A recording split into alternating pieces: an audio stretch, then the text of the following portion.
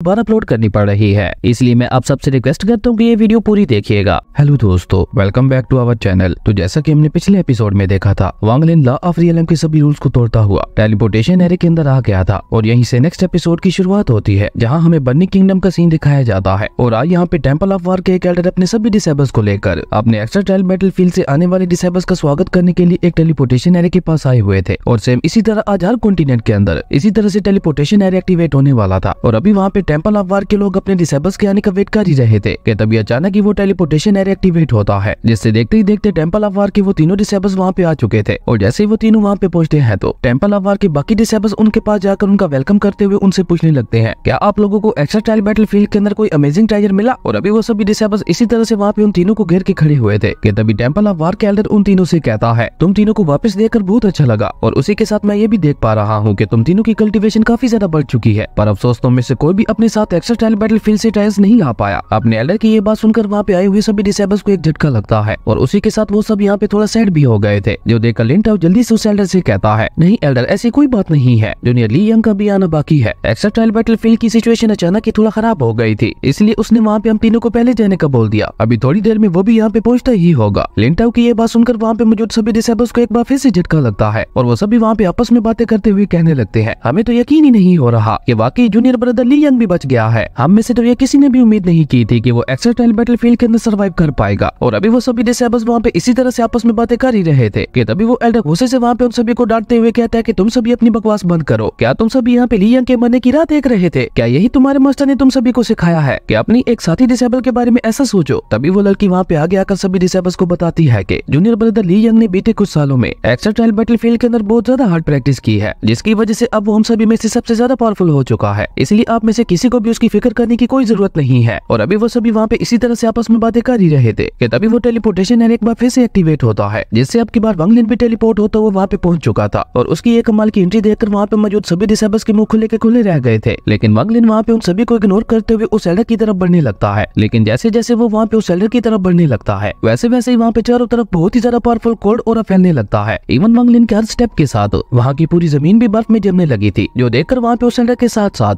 किसी भी डिसेबल को अपनी आंखों पे यकीन ही नहीं हो रहा था कि ये वाकई वही ली यंग है जिसे वो पहले जानते थे। और ये सब असल में वांग लिन यहाँ पे जानबूझ के कर रहा था ताकि वो लोग जो ली यंग से जलते थे या फिर उसे परेशान करते थे, वो उसकी इस प्रेजेंस को देखकर खुद ब खुद ही अपनी सोच बदल ले, क्योंकि वांग लिन के पास अभी यहाँ पे इन फालतू चीजों के लिए टाइम नहीं था। उसे बस जल्द से जल्द पावरफुल बनकर अपना बदला लेना था। वहीं वो एल्डर भी ली यंग को काफी गौर से देखते हुए अपने मन में कहता है, इससे तो बहुत ही ज्यादा पावरफुल कोल्ड ऑरा निकल रहा है। क्या ये वाकई वही कमजोर ली यंग है जिसे यहाँ पे हर कोई परेशान किया करता था? और तभी वांग लिन उस एल्डर के पास जाकर, जिसका नाम एल्डर हाउ था, उसे ग्रीट करता है, जिस पे एल्डर हाउ भी स्माइल करते हुए उससे कहता है, ओके अब जब तुम वापस आ गए हो तो मुझे लगता है हम सभी को मिलकर वापस अपने टेंपल ऑफ वार के अंदर जाना चाहिए। जिस पे वांग लिन कोल्ड टोन में उस एल्डर से कहता है, सॉरी एल्डर, पर मुझे एक बहुत ही जरूरी काम है जिसकी वजह से मैं वापस आपके साथ टेंपल ऑफ वार में नहीं चल सकता, पर एक बार मैं अपना काम निपटा लूं उसके बाद मैं खुद ही वहाँ पे वापस आ जाऊंगा। और हाँ, ये स्पेस मैप भी रखिए, इसके अंदर मेरे पिछले 50 सालों के एक्स्ट्रा ट्रायल बैटलफील्ड के अंदर कलेक्ट किए हुए ट्रायल्स मौजूद है, पर इसमें मौजूद सभी मैजिक वेपन्स पूरी तरह से डिस्ट्रॉय हो चुके हैं, अब बस उनके मटेरियल्स ही बचे हैं। वांग लिन की ये सारी बातें सुनकर एल्डर हाउ को उसके ऊपर और भी ज्यादा शक होने लगता है। और जब वो अपनी स्पिरिचुअल आई पावर का यूज करके उसकी सोल को चेक करने की कोशिश करता है तो वांग लिन की बॉडी से सिर्फ और सिर्फ कोल्ड ऑरा ही निकल रहा था, जो देखकर उस एल्डर को एक बार फिर से झटका लगता है। लेकिन वो ये शो नहीं करता और वो शौक होते हुए अपने मन में कहता है कि मुझे जल्द से जल्द इस सब के बारे में पैलेस मास्टर को बताना होगा, वही अब फैसला करेंगे कि आखिर इस ली यंग के साथ क्या प्रॉब्लम है। और तभी वहाँ पे वांग लिन एक बार फिर से एल्डर हाउ को ग्रीट करते हुए एल्डर हाउ और उन सभी डिसेबल्स को वहाँ पे हैरान छोड़कर चुपचाप अपनी सोर्स से उड़ते हुए वहाँ से चला जाता है। उसके बाद हमें बर्निंग किंगडम की एक और जगह का सीन दिखाया जाता है, जहाँ पे कुछ बच्चे आपस में खेल रहे थे। तभी वांग लिन वहाँ पे उड़ते हुए लैंड करता है, जो देखकर वहाँ पे मौजूद सभी बच्चे उसके पास जाकर इमोर्टल इमोर्टल कहकर चिल्लाने लगते हैं। और तभी उनमें से एक छोटा बच्चा वांग लिन से कहता है, मेरी माँ कह रही थी कि अगर इमोर्टल्स ना होते तो हमारी बर्निंग सिटी के उस वॉल कहने को कोई भी नहीं रोक पाता, और आज अगर हम सभी जिंदा हैं तो वो सब भी बस इन इमोर्टल्स की वजह से है, इसलिए मैं भी बड़ा होकर फ्यूचर में एक इमोर्टल बनूंगा। और तभी वहाँ पे उन बच्चों की माँ उन्हें वहाँ पे खाना खाने के लिए बुलाती है। और ये सब देखकर यहाँ पे वांग लिन के इमोशंस आउट ऑफ कंट्रोल होने लगते हैं, जिसकी वजह से उसकी सोल एक बार फिर से उस बॉडी के अंदर अनस्टेबल होने लगती है। इवन इस सब की वजह से वांग लिन के मुंह से ब्लड भी निकलने लगा था, जो देखकर वांग लिन खुद से ही कहता है कि मुझे जल्द से जल्द इस बॉडी को पूरी तरह से समझना होगा और उसके लिए मुझे किसी सेफ जगह की जरूरत होगी। और ये कहकर वांग लिन एक बार फिर से वहाँ से आगे बढ़ते हुए एक वैली के अंदर आ जाता है, जहाँ वो अपनी इस नई बॉडी को एक्सप्लोर करते हुए अपने सी ऑफ कॉन्शियसनेस के अंदर आ जाता है। लेकिन जब वांग लिन की नजर वहाँ पे सामने की तरफ जाती है तो वहाँ देखते ही उसे एक झटका लगता है, क्योंकि उसके सी ऑफ कॉन्शियसनेस के ऊपर उसकी वो फ्लाइंग स्पिरिट सोर्ड और वो हेमली पर्ल दोनों घूम रहे थे, जो कि उसकी पिछली बॉडी के सेपरेट वेपन्स थे, लेकिन वांग लिन की सोल के साथ साथ वो दोनों बीस बॉडी के अंदर आ गए थे और यही बात वांग लिन को यहाँ पे बहुत ज्यादा हैरान कर रही थी। पर तभी वांग लिन को वहाँ पे अपने सी ऑफ कॉन्शियसनेस के अंदर किसी और भी चीज के होने का एहसास होता है, जिसकी वजह से वांग लिन वहाँ पे अपने सी ऑफ कॉन्शियसनेस के अंदर इधर उधर काफी गौर से दिखने लगता है। पर तभी अचानक ही उसके पीछे उसके सी ऑफ कॉन्शियसनेस के अंदर से एक बहुत ही ज्यादा पावरफुल रेड एनर्जी बाहर निकलती है और उस रेड लाइटिंग एनर्जी को देखते ही वांग लिन भी पहचान गया था कि ये उसकी वही कॉन्शियसनेस एनर्जी है जो कि उस लॉ ऑफ रियलम के ब्लैक ओरा की फोर्स की वजह से अचानक ही उस टेलीपोर्टेशन एरिया के अंदर अपग्रेड हो गई थी, जिसपे उस वक्त वांग लिन ने उसके ऊपर ज्यादा ध्यान नहीं दिया था और वांग लिन ये भी नहीं जानता था कि वो सिर्फ इसी डिवाइन कॉन्शियसनेस एनर्जी की वजह से ही वापस लिविंग रियलम में आ पाया था। और तभी वांग लिन अपनी उस डिवाइन कॉन्शियसनेस एनर्जी को देखते हुए कहता है कि इस एनर्जी ने मेरी उस लॉ ऑफ रियलम से निकलने में बहुत ज्यादा मदद की थी, इसलिए मैं इस एनर्जी के पावर को अंडर एस्टिमेट नहीं कर सकता। और तभी देखते ही देखते वहाँ पे उस डिवाइन कॉन्शियसनेस एनर्जी ने वांग लिन की फ्लाइंग स्पिरिट स्वॉर्ड और हेवनली पल की पावर को भी दोबारा एक्टिवेट करते हुए उन्हें अपने साथ जोड़ लिया था। और तभी देखते ही देखते वहाँ पे उन तीनों की पावर एक साथ मर्ज होने लगती है और आपस में मर्ज होने के बाद